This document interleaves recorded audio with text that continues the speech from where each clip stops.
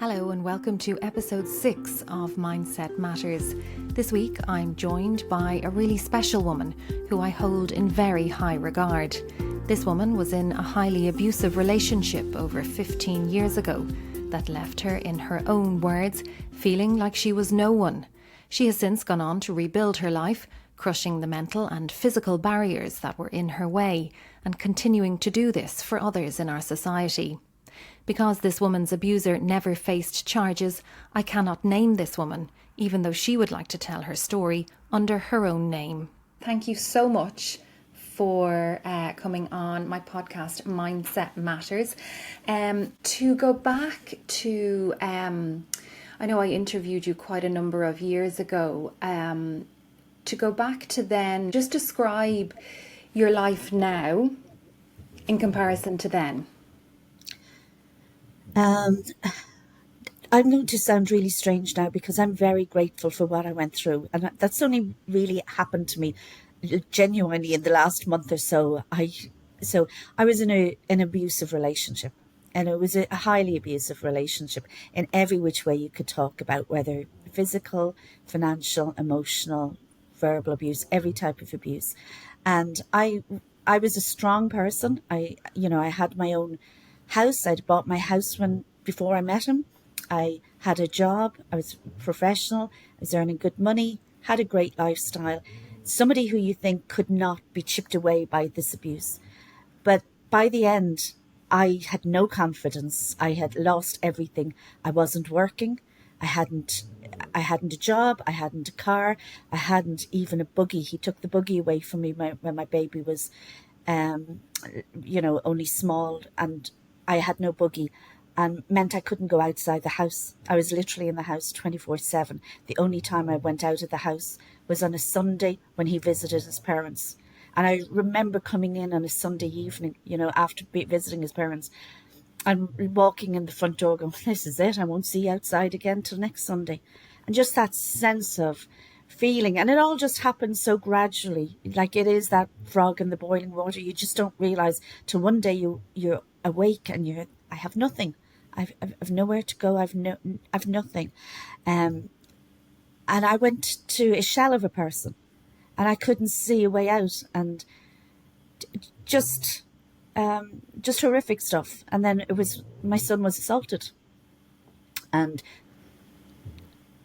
it was a trigger for me to move on with my life and move out. Well, I didn't move out. He moved out, and I kept my house. But at that time, I had no way of paying. I wasn't working. My baby was 8.5 months, 9 months old. I couldn't see how I could work. Just the darkness and the bleakness of it all, and knowing you have a million hurdles to get through to try to get your life rebuilt. And that fear the first few days just was, what am I saying, few days, few years, was just awful. But initially the first few days, of how am I going to live? How am I going to feed my children? I'd never even understood social welfare. I didn't know it existed. I didn't know how to apply for it. I didn't know anything. I literally didn't know how to navigate the family law system, navigate anything, the social welfare system. And it was just wave of overwhelming and fear. And I think one of the things was I knew I needed to get maintenance from him. I needed to get some money coming in, just literally to do the shopping. And I thought I have to go into Dolphin House to get a child maintenance. Like I knew that much. I'd been Googling and whatever. And I kept thinking, how am I going to do it? Because I needed to get the bus, and my daughter was still a baby and she couldn't walk or stand. And at that time, the bus wouldn't let your buggy on. You had to fold the buggy. Yeah. And I was like, how can I fold the buggy if there's nobody at the bus stop? How can I do that with one hand? I can't do it. And all these barriers were in my head. And I just couldn't see how I could get into Dolphin House. Couldn't see how I could manage it. And then one day something happened and I was desperate and angry. And I went, I'm getting in and I don't care. I'll wait until somebody at the bus stop comes along that I can hand it to. And I got onto the bus. I went into Dolphin House. I got the forms filled in. And to be fair, the clerk there was very good, really helped me. And I got the forms filled in, and then I walked out, and I thought, oh, feck, now I have to get the bus home again. And because it had lifted off me that whole worry of this, all I could see were barriers. And once the summons went out for the child maintenance, it was like a light lifted off me. And I went, oh, I can just get the train. In 3 weeks, it hadn't entered my head once that I could just walk to the train station and roll the buggy on and off. I couldn't see it. And when I got my summons issued, it was like, and I really saw it as the power of how your mind can just close up when you're in stress and you're in that trauma. You actually can't see solutions or outings. So that was really powerful to me. And it sometimes when I can't see things now, I go, just go for a walk. There's something there. You know what it is. You just can't see it at the moment. That's quite a powerful, telling of that when you're in a situation that you think you can see no way out of, and you got yourself out. Just describe to me, where is the mind when you're in that situation? What's your sense of self in that situation? When I couldn't find a way, I felt I was, oh God, my mindset was awful. I was telling myself awful things. You're such a loser. He was right all along. You can't even walk to the bus stop. You're such a failure. You're such a this. You're such a that. Like his voice was in my head, and I listened to it and I believed it, and I just couldn't see a way out. And like there were genuinely physical barriers. Like I didn't always not every week I woke up would I've had the €5 it would have taken to get the bus into town. Yeah. Sometimes there were actual physical realities that I would not have been able to do. Yeah. So there were actual real barriers. There were real barriers, but there were also solutions that I couldn't see either. Yeah. Yeah. And you describe that moment of almost like, the light where you found your sense of control. Would that be a fair description? A sense of it was. I actually laughed. I think I came out and I laughed when I went, oh my God, I could have always just got on the train. Like, it was like, how did I not see that? And I laughed at myself. I was laughing at myself thinking, oh my God, I can't believe I could have just all this time and I could have just gotten the train. There was always that solution there. It was a funny moment. It was a reminder of how deep and how pervasive my mind had gotten and how bad it had gotten and how it was controlling me. And then that release of laughter and release of, I can do this. And it seems strange, but it was a really important step for me. I felt so empowered that he was going to get a summons, that I was going to get into court, and that I had done this.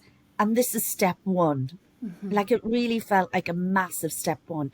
And, they say a long journey starts with one step or that. And I knew it wasn't going to be the end. Now, I didn't know how bad the court system would be and all of that and social web. I didn't know that.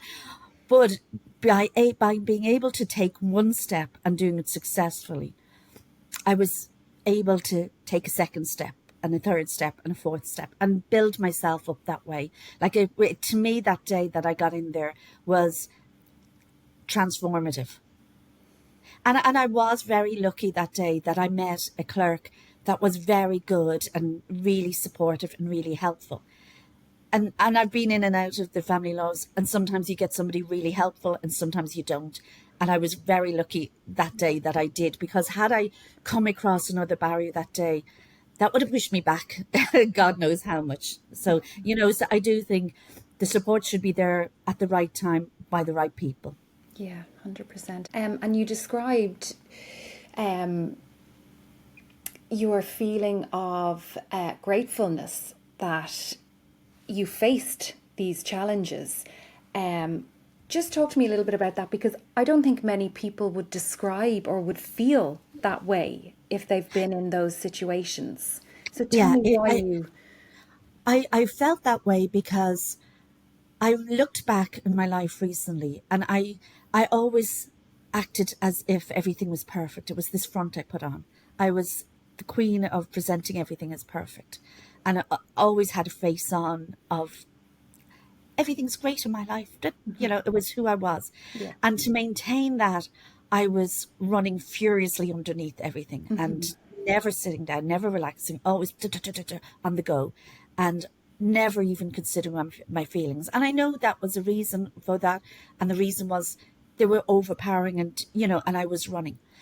And when what happened, like I'm not like he was an abuser. There's no two ways about it. But I'm not sure that I wasn't strong enough to see it. Because of my own issues, and that's not victim blaming. It's just me recognizing, you know, because sometimes, you know. So I'm just looking at that, and when that all happened, my whole life stopped. There was no more pretense. I had nothing. I was no one. And I was completely and utterly broken. There's no other way to describe it. I was broken. And I had to rebuild my life as who I really am. And I found an authenticity of who I am. And it was like a rebirth. And honestly, I'm so happy of who I am now and the life I have and the friends I've made and the journey I've been on, the empathy I've learned. I am so happy that I am who I am, not who I was pretending to be. And I'm so happy for that. And I've realized that a long time ago. That part I've realized. But what I didn't realize was I never had it in me to feel anything but anger towards him. And about a month ago, I was sitting here and I was very happy in my life. And I went, actually, I don't wish him any harm. I'm going to give him gratitude because something had to stop me from the path I was on. And he mightn't have done it with good purpose, but he did do it. And I'm sure that wasn't his intention, but anyway. No, yeah. But it was good for me. And I went, do you know what? I'm very grateful I met him. I'm very grateful my life fell apart. And I'm very grateful I rebuilt it. And he is a key part of that. So I just literally sent him gratitude in my head. Yeah. And I genuinely don't care if he's happy now or, you know, I'm not. Just gratitude, off you go. Wow, I mean, just listening to you, I feel empowered. Just talk me through your mindset now. I mean, we describe mindsets under two umbrellas. So like a fixed mindset where we stay stuck, and the growth mindset where, you know, we see everything as an opportunity, and we rise to our challenges. It strikes me very much that you're in that growth space and you're conquering. Yeah, no, that's exactly how it feels. I think when you've lost everything and yeah, it just felt like I suppose I had a strength in me that I didn't think I had. And nothing scares me as much. And don't get me wrong. Sometimes I sit here and I hear a creak and think, oh my God, the ceiling's falling in. Do you know what I mean? I do have those moments. I'm not. But I have this belief now that I have a belief that I am okay. I am okay. I am able to. That lack of confidence that I think I always had all my life, but didn't know I had because I presented confident. Now it's a real confidence. It's a confidence in me. And it's a confidence. And it's not just in me, because there's also this confidence. Along the way, I met so many really lovely people.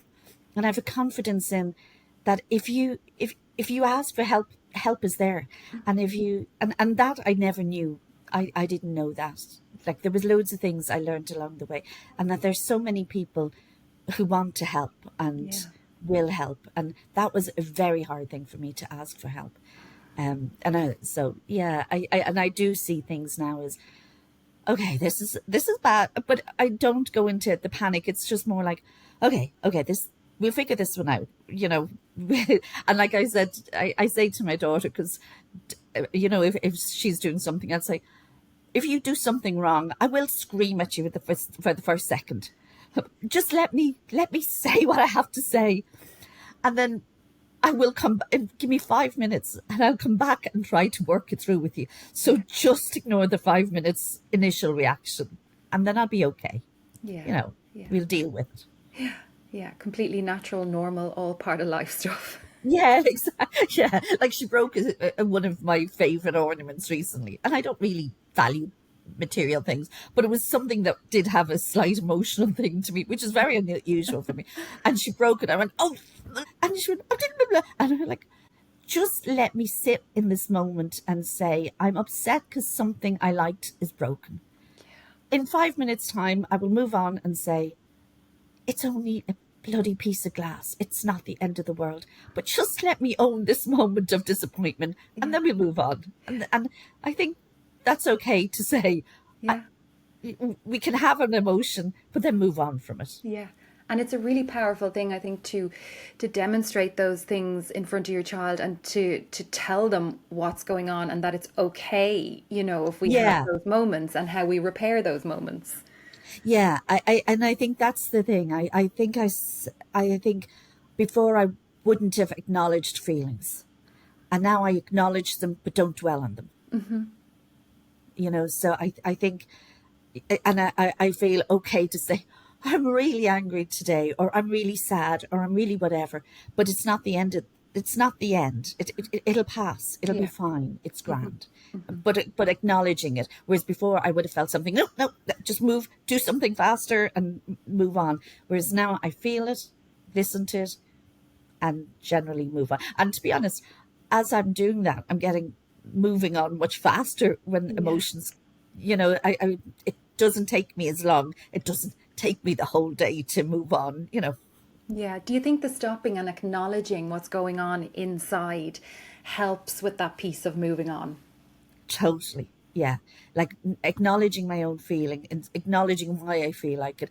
And then sometimes even going, your feeling is valid, but there's no real justification for it. And even being able to talk myself through it, like not saying, oh, you're stupid to get upset about that. Saying, you got upset, you're feeling it. There's no real reason to be as upset as talking myself through it. And I do that a lot. And I do something else that I've started in the last year. No, actually, it's probably a year and a half now. Every morning I write 3 things I'm grateful for the day before. And when I started doing that, I found it really difficult. Like I'd be like, oh my God. So now when I'm doing it during my day, I'm like trying to make my morning easier tomorrow morning. So I'm kind of keeping an eye out for something to be grateful for. And I think that changes your mindset, because I'm like literally going, huh, when I went to the ladies' toilets, there was a spare cubicle, and the cubicle was open. Great, that's something to be grateful. Like I'm literally pulling at anything I can, and then having that, and then suddenly, what was really difficult at the start to find 3 things to be grateful for, now like, oh my God, I've got so much to tell the diary tomorrow. Yeah. That is huge. I mean, like that is what shifting your mindset is all about. It's getting your brain to notice That's it. the good or the opportunities, and then we kind of find a way to go, okay, well, shit happened. I have to get over it, or I have to get through it, and Yeah, I mightn't be able to do it today, but I'll find a way to get through it. yeah, yeah, yeah. And I think when I was in the worst period of my life, you're in the exact opposite. Yeah. Everything is just justification for why you're feeling bad, because you're just one negative thing after the other, after the other, after the other, and But it's it's like survival mode as well for yourself, isn't it? complete survival mode. Complete, your mind is shut down. You can't Yeah. see anything, and to be honest, I look back, and selfishness as well, because you're just trying to survive, and you can't see any community or anything. Do you know? Like, Yeah. I think it's a horrible place to be in. You're very lonely, and it's Yeah. And look at you yeah. now. Your work in social justice and advocacy for people is phenomenal. I just love it so much. I can't tell you how much I love it.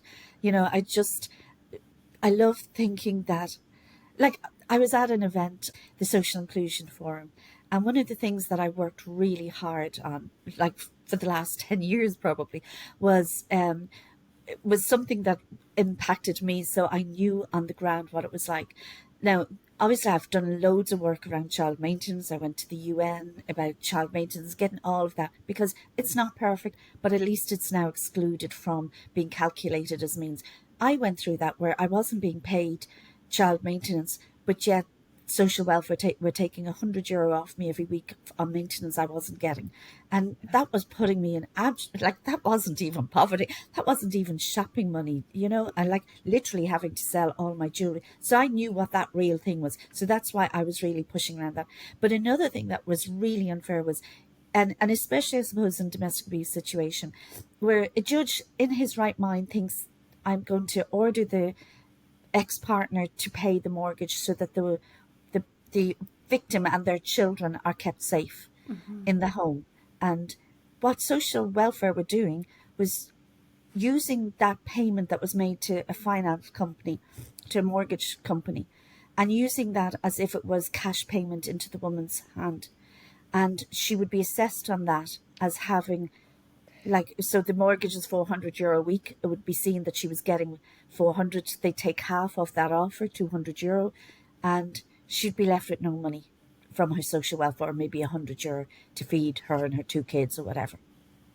And it was such a stupid thing, because you're thinking, well, she's going to lose her home, and now you're going to have to pay HAP, or you're going to put her in homeless accommodation, and it's going to cost the state a lot more. Whereas just let the person pay the mortgage and keep the family safe, and don't assess it. It to me just didn't make any sense. There was no benefit for the society or the state, and especially in a time of a housing crisis, why would you not do everything you can? And last year, they finally, social protection told me they were, like, I remember the bill was going through the Dáil, and a friendly member of the Dáil contacted me and said, have you any amendments? And I literally stayed up till 3 o'clock that morning, writing amendments and doing whatever, and sent it to them. And I got it through the legislation.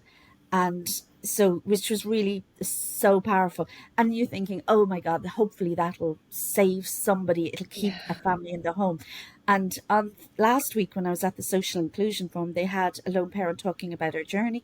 And she said, she was on a panel, and she said, one of the things that has made such a difference to me is that the mortgage is no longer being taken as means. So that's given me money that I can go back and I've been able to study. And to see a real person standing on a stage and knowing that that was me staying up till 3 to write that, got her through. I was just like, I can't tell her that, I don't want to claim, but I was so delighted with myself. And like, I was looking at her going, oh my God, this is just brilliant. And when Social Protection told me that they were implementing it, and we were on a call, they said, and they knew this was my baby. I kept bringing up everything, like how ridiculous it was. And they said, we're going to be introducing this on the 4th of June, 2024. Like, I know the date is embedded in my head. And I would, but what about this? And they were like, no, in all cases. But what about, no, but, and then I went, did you actually do it? And they said, yes. I started crying. I started crying in the meeting. I couldn't speak. I was just so overwhelmed. So, like, it can be really frustrating in advocacy and this type of work. Am I banging my head? But then sometimes you get those wins and you're like, I've made a difference to people. Like, there's, and even this thing about maintenance not being included as means anymore. 14,000 families are impacted by that. 14,000 families, 10 million extra into those families every year. Like, it's just, you just think, oh, thank God, like, we're getting some wins. And I was looking recently at, I was doing some research, because I was always putting in submissions, pre-budget submissions. But I was looking at a submission we did in 2019, and we had 6 asks, and 4.5 of them have been done. Wow. Yeah, and it was actually, you're saying, wow, I went, wow, because I didn't realise we've been making progress. You don't realise. And it was really important for me to look back and go, wow, there is progress being made. Things are better. They're not perfect. And we've still loads of work to do. And there's still loads of loopholes. And there's still, and that's, you said something about growth there. I've learned that I don't know everything. So I don't know the extra barriers people with a disability have. I love going into groups where people are telling me, because it's the on the ground things that people don't see. They don't see it on policy. They don't see it. You need to hear from the person what are the barriers. So I love that in my new job, because we cover everything around poverty and social justice and exclusion. And you get to hear all the different groups. And like, I've been really strong about advocacy about lone parents and poverty. But there are other groups, and it's brilliant that I can add my voice to other groups as well. Yeah, and I mean, you said something really important back at the beginning of the interview about physical barriers, because with mindset there is, you know, what mental barriers do we have in place, or how are we holding ourselves back? But when you're actually in one of those situations that is affecting your safety, your survival, you faced many physical barriers. You know, I know you talked about how you felt about yourself, and that you felt you couldn't get out of it. But there were also the physical barriers there. Sometimes we can't just think our way or mindset Yeah, our way out of definitely. things. Yeah, definitely. There were huge physical barriers because, as I said, at one stage, I had no boogie. I couldn't Yeah. leave the house. And when you have, now anybody with a young baby will know how difficult it is and the importance of getting out and going for a walk on your own. But I wasn't able to leave the house at all for months. And I remember one time, and this, I know it seems ridiculous now, but this time we had no milk, and the shop was only up the road, and I had €1. I don't even know how I had €1, but because I wasn't given any money, but there was €1 or €1.50 somewhere on the mantelpiece or something, and I said, "Oh, do you want me to go to the shop and get milk?" I thought this was like the best outing ever. I was going to go up, walk to the shops and get a bottle of milk and walk back down again. Like, you have no idea how exciting this was for me, Yeah. that I would have 10 minutes walk. I ran upstairs, I put on makeup, I got myself ready as if I was going out on a night in town, but that's what it felt like. I walked to the shop, and I remember it was a beautiful day, like the weather we've been having over the last while. It was just a gorgeous day, and I was so appreciative. I was listening to the birds, I was looking at the thing. I was just really enjoying savoring it, like savoring fresh Yeah. air. Like, it was just amazing. And I went into the shop, and I didn't realize how invisible I had thought I had become. I genuinely believed I was invisible because nobody could see me. Nobody, I'd no human interaction, you know. And I was in the shop, and I felt that low. Even though I had put on makeup to go into the shop. And this man said to me, "Lovely day, isn't it?" A very innocent, innocuous statement. I couldn't believe he could see me and could talk to me, and that was talking to me. I started staring around, and then realised I was the only person there, so it was me. And then got so excited, I nearly ran after him, going, no, come back, I don't want to die. But I was too late. But I'm sure the poor man thought I was nuts. But Wow. I don't know how low you must need to be to feel that somebody's saying, "Lovely day, isn't it?" That you don't feel like you can respond, that it couldn't be to you. And Yeah. that's how low I was. So I don't think you can get much lower than that. When you think of then, and when you look at yourself now, I mean, how does it make you feel? How far you've come? How do you view your journey? Um, I, I, I don't see it as, "Oh my God, look what I've achieved." But I feel so blessed. Like, I'm in a job I absolutely love. I was doing this work for lone parents without pay, and doing it on top of my paid work. And now I can do it as my paid work. Like, that's a privilege that very few people have. Yeah. So I'm really so blessed with that. And then I'm really blessed with the stuff I do. When, like, as I said, when that lady stood up on stage and was talking about her mortgage and how that's made such a difference to her, like, that, there's no words to explain how that would make you feel. Um, but I sometimes do sit and I think, like, if I look back, say 15 years ago, 16 years ago, being a lone parent with a teenage boy, and a baby, and how was I going to survive when I'd nothing? I mean, like, honestly, the house was very close to being repossessed. You know, court orders, all of that. And when I look back and I think there was, on the outside, there was no hope for my family. Now my son is graduated with his degree and doing really well in life. My daughter's the happiest, kindest, empathetic person you could meet.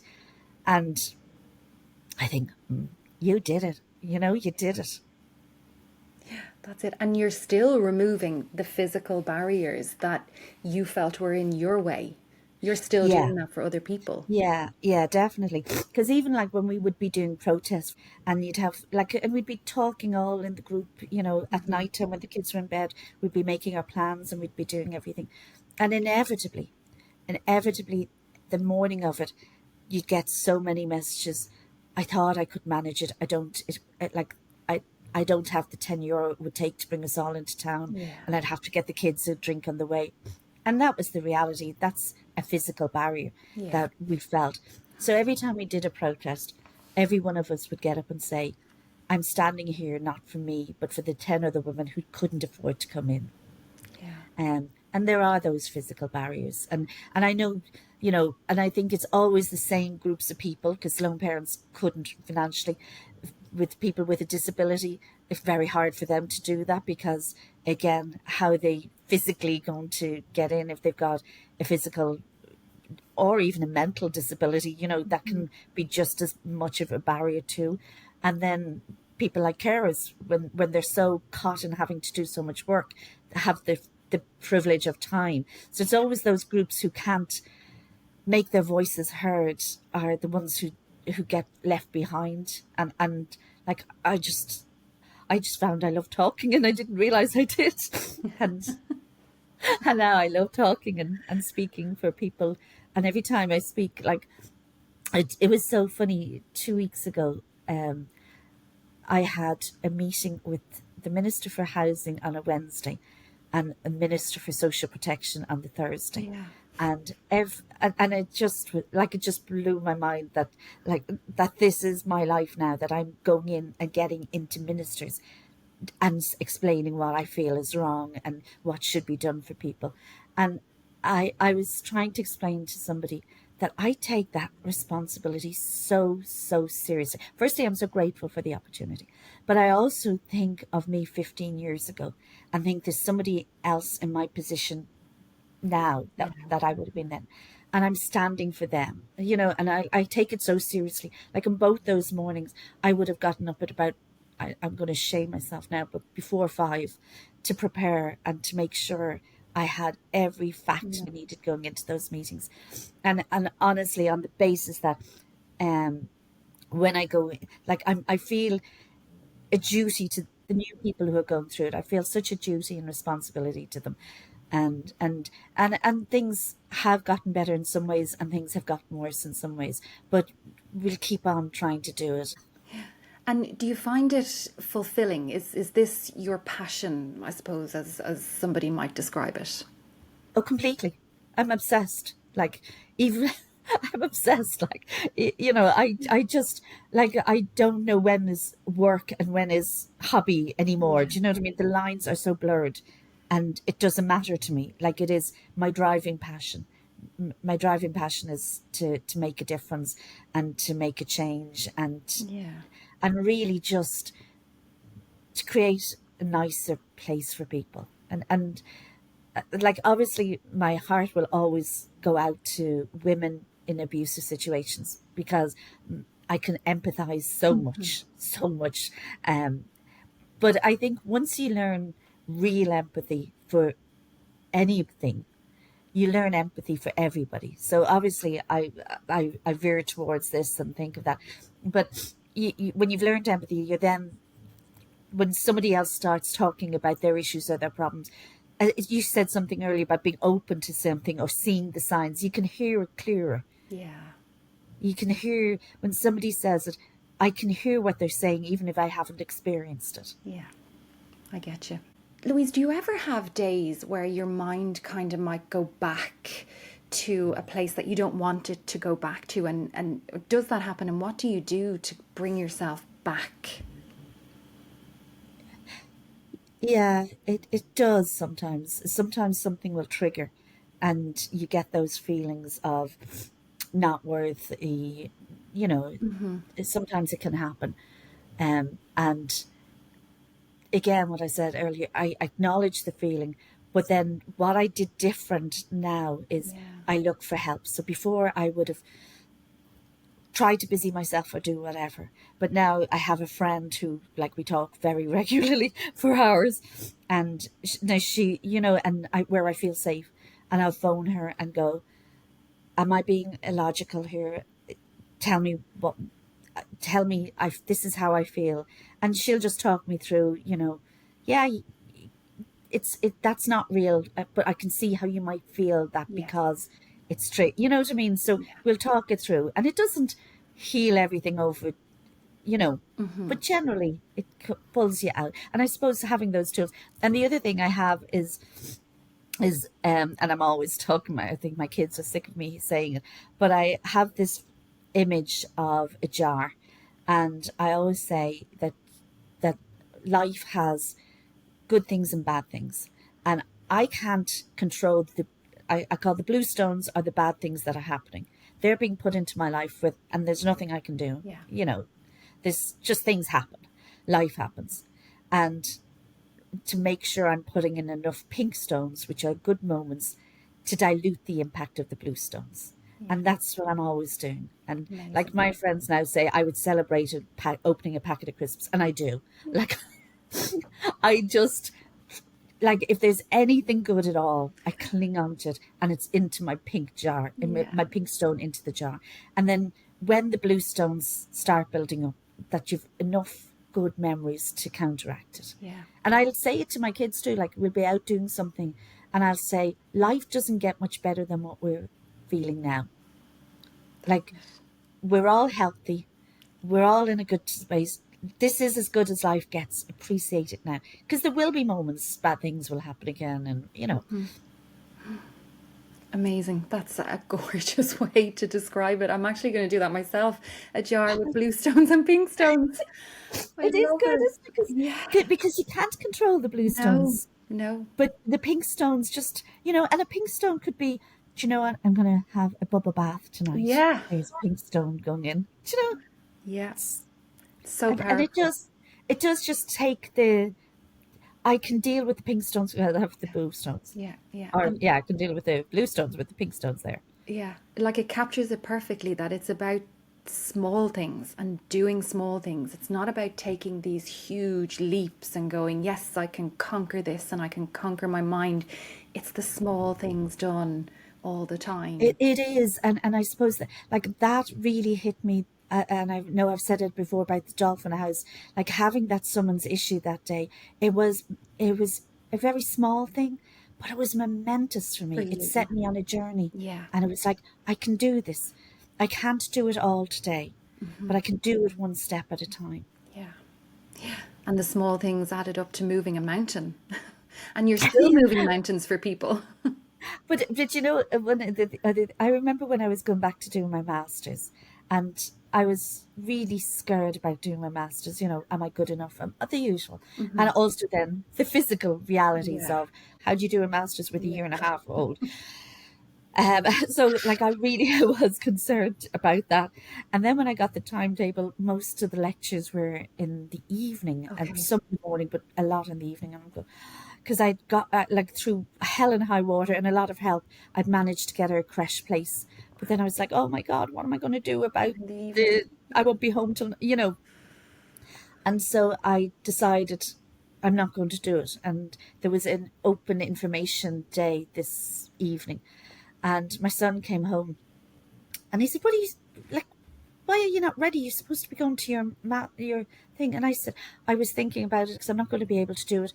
And he literally, yes, you can. We'll work it out. I'll collect her from the creche at 6:30 every day. You go and he just was Oh, like, and nearly bullied me out the door. And I got on the bus and I was like, oh my God, I'm on my way. And when I got there into the open evening, I got talking to one of the heads of schools, and I was so emotional because of this. And I told him everything, like not everything, but I was like, and then my son pushed me out the door, and here I am. But he was so good then, because I think he probably saw in me that I was vulnerable, and that I was a tough thing for me. And then they were so good to me. And like my master's, I can't tell you how it changed. And I suppose education changing your mindset, because it was like, and I said afterwards, you had to do a review on the course. And my thoughts were, at the time, the Live, Eat and Pray movie with Julia Roberts was out. Yes. And I said, well, I will never have the money to travel or time to travel around Europe for a year, finding myself. But this was my Live, Eat and Pray. And I felt that. And doing the equality studies, my master's was in equality studies, and doing it was like, I've always had a sense of unfairness and social justice. I've always found it hard to understand. Things sat uneasy with me. And now I have the language to describe why they sit uneasy with me. And it opened up my mind to, life, there is inbuilt inequalities in the world. And sometimes you're in a very privileged position. We're in a very privileged position that we're white and we live in Europe, and that our passport allows us to travel in every country in the world. But I could have easily been born in a different country and not have that privilege. But then also, in other ways, I wasn't privileged, and understanding all that interactions, and, going, well, if I feel bad when I'm treated unfairly just because of being a woman, well, I should feel that empathy because for other people who've been treated unfairly because of different reasons. Yeah. Just finally, what would you say to anybody in your position who's going through that now, what you've been through? What would you say to them? That you're stronger than you think. You've been fed a lie and you've believed the lie. And the truth is, you're stronger, much, much stronger than you think. And don't think of all you have to do. Think of the one thing you can do today, and just take it on a daily basis. Like, visualize where you want to be, by all means. And I did do that. Like, I visualize a time where I could go to the shops without having a calculator in my brain, constantly counting how much things were. Visualize that space, but don't let that goal that seems so far away overpower you. Think, I will be in my happy place someday, but in the meantime, and every day, do something to help yourself out of the situation. Even if it is just something simple, like, I'll send a letter to social welfare to explain this, or I'll do this, or I'll, do something. Even sometimes it could be just read an article about something, find something to do that will help you along your journey. One thing every day, and they'll just start snowballing. That's all for this week and for this season. I'll be back in October with more inspiring, empowering and uplifting stories. If you've been affected by anything in this episode, please reach out for help. You can contact Women's Aid on their free helpline on 1-800 341 900.